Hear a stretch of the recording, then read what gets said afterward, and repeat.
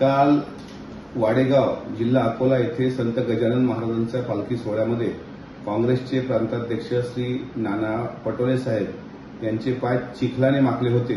साधारणपणे वारकरी संप्रदायामध्ये एकामेकाच्या पाया लागणं हा प्रकार मी ऐकला होता, पण कार्यकर्त्यांकडून पाय धुवून घेणं हा पहिला प्रकार मी काल पालखी सोहळ्याच्या निमित्तानं बघितला। आणि जर असाच कार्यकर्त्याला नेते फक्त वापरून घेऊन आपले पाय धुवायला लावत असतील, मला असं वाटतं हे निंदाजनक गोष्ट आहे।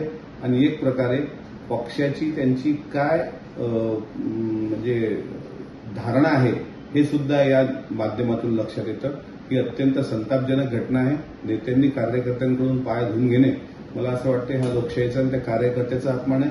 त्याच्यामुळे नाना पटोलेंनी स्वतःला संत समजू नये आणि विशेष म्हणजे कार्यकर्त्याला अगदी आपला नोकर समजू नये। आणि कार्यकर्त्यांनी सुद्धा लोकशाहीमध्ये कोणी मालक नसतो असं उन्मादाच्या भरात कुठलंही असं कृत्य करू नये एवढी विनंती या निमित्तानं करतो। आणि हा फक्त सत्तेची मस्ती होती का, हाही प्रश्न या निमित्तानं पटोले साहेबांना मी विचारतो।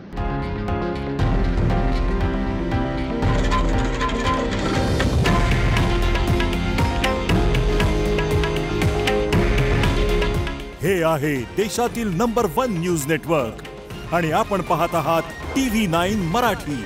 काळजी तुमची, हित महाराष्ट्राचं।